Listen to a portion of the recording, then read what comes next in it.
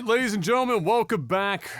We are on I guess this is technically day one of E3, the most convoluted rebroadcasting coverage thing to have ever crossed my desk. I did sign up like a month ago to be able to rebroadcast this stuff and to be able to give live reactions to and see all this stuff in real time, to do these updates. Man, my mother cannot walk any heavier footed. If you're hearing big thumps, don't worry, nobody's being murdered upstairs. That's just my mom walking through the home.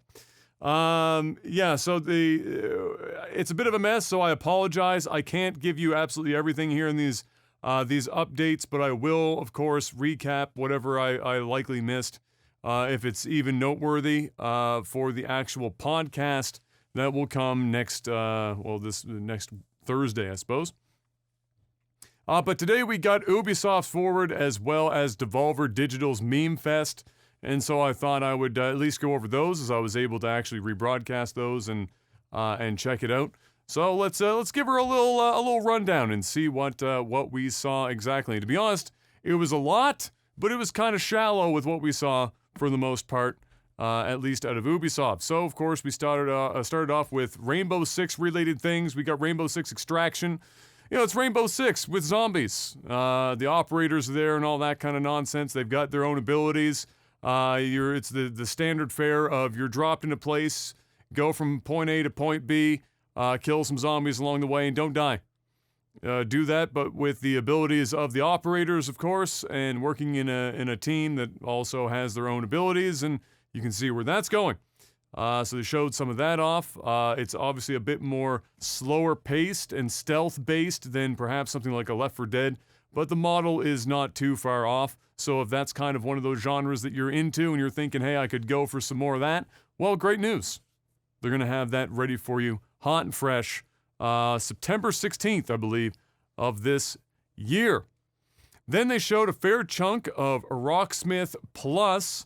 If you know what Rocksmith is, they've been around for a couple of years at the very least, but also my sense of time is completely out the window now, so I can't remember how long it's been at this point. But it's more or less, you took your Guitar Hero, your Rock Band kind of formula, and somebody sat down and said, hey, you could, if you tried hard enough here, you could probably legitimately teach people how to play the guitar or the bass using this layout. And so Rocksmith was born. So Rocksmith Plus is coming up, and it gives even more ways to connect your own instruments to you call it a game, but it's more or less a teaching tool at this point, but you call it a game, I guess.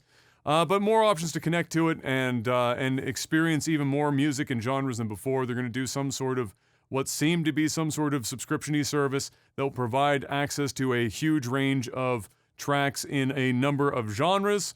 And honestly, it looked really cool. It looked very specific to be for people who are looking to learn how to actually play the instruments and not necessarily just sit down and play through the fire and flames with 4 buttons until they 100% it. But, all the same, it's a very intriguing package for sure, and certainly seems like it's going to be quite popular among those who are looking to kind of bridge that gap of a familiar interface with learning how to play an instrument that perhaps they are interested in. Then we got a little bit of Riders Republic, which is kind of that extreme sport, mountain extreme sports, more specifically. That was like your mountain biking, downhill mountain biking, as well as being expanded into stuff like snowboarding. We saw all sorts of stuff. The scope of it is kind of getting insane.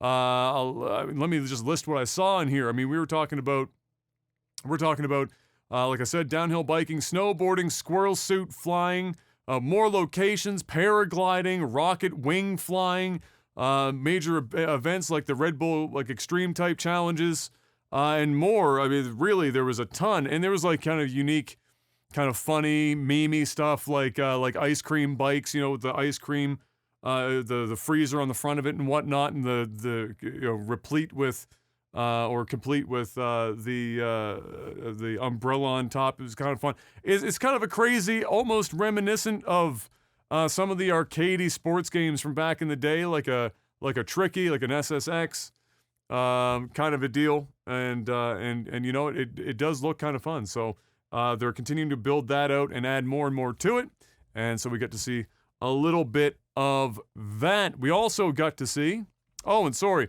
I guess whatever full release or whatever they've got coming is September 2nd, and you can pre-order that bad boy now.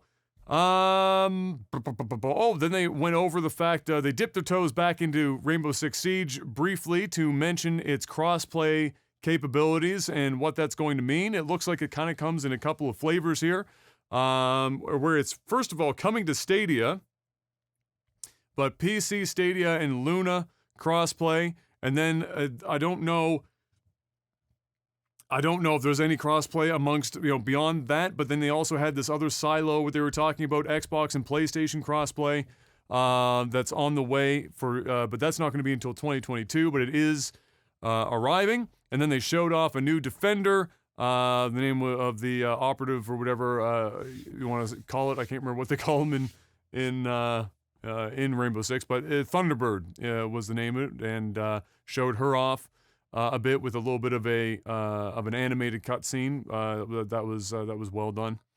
Next up, we saw a bit of like a stinger kind of trailer, lots of little bits and pieces from several games. We got Trackmania, which is a very popular, very popular series for Ubisoft. It looked like they were doing Trackmania meets Fall Guys, where they were kind of doing stunt courses and stuff that were almost looked like obstacle course type stuff, very similar to reminiscent of Fall Guys. So they showed off some Trackmania stuff. Teenage Mutant Ninja Turtles apparently doing crossover with Brawlhalla. The Crew 2 was briefly shown on screen. I didn't know people even remembered that game. Watch Dogs was flashed on screen for a hot minute. Ghost Recon Breakpoint was mentioned, and people were seen on screen for a moment. And then they were like, hey, 20th anniversary of Ghost Recon, so there's more info and stuff coming with Ghost Recon. So, hey, I don't know what that is, but it's coming. So hold on to your hats for that. I can tell you what it isn't. It's not a fucking Splinter Cell game. After that, we saw Just Dance 2022, big shocker on that bad boy coming out. That's been a huge success for them, so they're gonna have that continuing to pop up for as long as they can make it happen. And of course, we got a block set aside for Assassin's Creed. We were shown a whole bunch of stuff from Valhalla. They were telling us some stats about the number of settlements built and all sorts of that. Kind of like look at how much our game is played in numbers type stuff. Then they discussed more free content coming, including river raids and mastery challenge modes that are forthcoming, adding more weapons like one-handed swords or more one-handed swords, also fixing issues and bugs. The usual spiel was given there about we could only make it this far because of people like you. It was like a PBS station doing some sort of weird monetary drive where you get to watch 50 or 60 episodes of Are You Being Served interlaced with like bits and pieces of the Antiques Roadshow, and then there'd be some sort of like D-tier country music singer from 1973 trying to get you to send PBS money. It was like that, but video games. We also got to see there was also some more there about Assassin's Creed Wrath of the Druids. Launched a few weeks ago as an expansion. There's more expansions to come, such as the Siege of Paris, and then they're doing more kind of like the would-be what do you want to call it, like a museum type deal almost. It's like an interactive history piece in regards to the Discovery Tour Viking Age, which is like kind of teaching you the day in the life of your average Viking, I guess, somewhere in that along those lines. So I guess that's kind of neat, and they also showed a bit of that. Then they had Far Cry 6, of course, where they showed off their villain, because they probably paid a fair amount of money to get Giancarlo, who is a phenomenal actor and continued to do that in a cutscene. Then we saw that we were reminded that they've been trying to chase the dragon, no pun intended, in trying to get a bad guy that was as good as Voss ever since Far Cry 3. And, well, now you can play as Voss and Pagan and Joseph, basically all as the bad guys, seemingly in their heads or some weird fever dream acid trip thing as a season pass for Far Cry 6. To be honest, I'd give you more details, but since I had to watch the DMCA free version, any kind of information I would have gotten was overshadowed by one random piece of DMCA safe music that played over the whole thing. So that's the best I can give you, but it's a season pass and you can play as the bad guys. I guess that's pretty much as in-depth as you need to know about that, I suspect. Also, Far Cry 3 Blood Dragon apparently going to be included with the season pass, and if you didn't miss, or if you missed out on that, Blood Dragon, very well received expansion or add-on to Far Cry 3 back when that was a thing. And fun fact, the cover art for Far Cry 3 Blood Dragon done by an artist from right here in Halifax. Yeah, that's a thing. Anyway, Mario Rabbids, of course, that's a thing that was relatively popular. Nintendo was trusting enough of Ubisoft, probably right before all of the sexual assault accusations arose, but all the same, we've got another Mario Rabbids crossover game coming. It's another one much in the same vein as what we've got before. This one is Mario plus Rabbids Sparks of Hope. Looks like we got Rosalina in this one, as well as apparently one of the, I don't know if it's the sub-bad guy or what, but a Rabbids, Tony the Tiger, and then Space Cthulhu. Is what it looked like to me, anyway. Avatar, then, and I'm not talking about The Last Airbender. Surprise finale to the Ubisoft Forward was that there is a Avatar game in the works. That is James Cameron's Avatar, to be more specific. I believe it's called Avatar Frontiers of Pandora. It's coming in 2022. I said at first, watching the trailer, it was striking me, the way that it was framed, it was striking me like it was going to be some sort of multiplayer thing where it was going to be the invading humans and the Na'vi, and because that's how it was kind of shown off. But I'm also seeing reports on socials now, on Twitter and whatnot, about it being the first-person single-player open-world action game. So I'm not sure what direction it's going, but hey, for those of you who were thinking to yourself, I could use an Avatar game in my life, great news. You start painting yourself blue now. It's going to happen. 2022. Then we had Devolver Digital. Of course, after the last few years, Devolver Digital being a very popular little corner of E3, given they more or less just take the opportunity to parody the ever-living heck out of all the other developers and publishers and their very corporate nonsense. And then, of course, weave in all of their game releases and whatnot that they've got as well. We got a little sighting of Shadow, or another Shadow Warrior game coming sometime this year, which of course looks a lot like Doom, more or less. And then we had Trek to Yomi, which is got a 22, or has a 2022 release, which is a side-scrolling action samurai game. Quite artsy, looking real good. I suspect you'll see a few people talking about that bad boy on socials today and perhaps in the coming days. Also, we get a quick look at Phantom Abyss, which is kind of like all I can describe that as is a get through this booby-trapped temple as quickly as possible, the video game. If that sounds entertaining to you, great news. It's coming. Then we also got Wizard with a Gun. It's singular. Wizard with a Gun. Which is a multiplayer sandbox survival game coming to Switch and PC in 2022. Very kind of interesting art style for that. Kind of looked like almost, what's that name? The name of that game? Don't Starve. It kind of gave me vibes of Don't Starve. Then we saw Death's Door, July 20th, so coming out real soon. Indie top-down action game where you look to be playing as some sort of crow person. I wish I had more for you, but you can look up a trailer if you want to watch it.